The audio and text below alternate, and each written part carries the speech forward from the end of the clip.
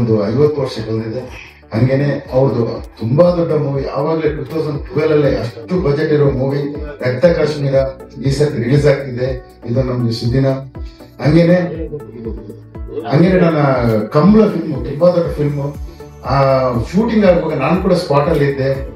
ಒಂದು 6 ರಿಂದ 8 ತಿಂಗಳು 10 ತಿಂಗಳು ಶೂಟಿಂಗ್ ಆಗಿದೆ. ಅಂತ ಮಂಗಳೂರಿನ ಬಿಸಿಲು, ಮಂಗಳೂರು ಬಿಸಿಲು ಏನಂತ ಗೊತ್ತು ನಿಮ್ಗೆ.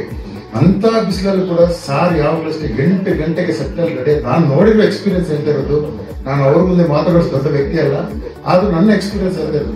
ಅಂತ ಬಿಸಿಲಿನಲ್ಲಿ ಮಂಗಳೂರು ಬಿಸಿಲು 8 ಗಂಟೆಗೆ ಸೆಟ್ಟಲ್ಲಿ ಬರ್ತಾ ಇದ್ರು. ಸಾಯಂಕಾಲ 6 ಗಂಟೆ ಆದ್ರೂ ನಮ್ಗೆ ಸ್ವಲ್ಪ ಇದಾಗುತ್ತೆ, ಟೈರ್ಡ್ ಆಗಿ ಹೊರತು ಅವ್ರಿಗೆ ಯಾವತ್ತೂ ಆಗಿಲ್ಲ.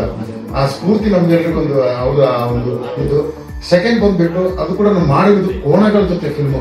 ಆಕ್ಷನ್ ಅಂತ ಅದು ಕೂಡ ನಮ್ಮ ಕಮಲದ ಕೋಣಗಳು ಹೆಂಗಿರುತ್ತೆ ಅಂತ ಬೇರೆ ತರ ಎಲ್ಲ ತುಂಬಾ ಸಿಟ್ಟಾಗಿರುತ್ತೆ. ಅಂಥದ್ನ ಪಳಗಿಸಿ ಅಂಥದ್ನ ಆಕ್ಷನ್ ಕಟ್ ಮಾಡಿದಂತ ಒಬ್ಬರೇ ಅಂತ ಹೇಳಿದ್ರೆ ಅದು ರಾಜನ್ ಸಿಂಗ್ ಬಾಬು ಸರ್ ಮಾತ್ರ.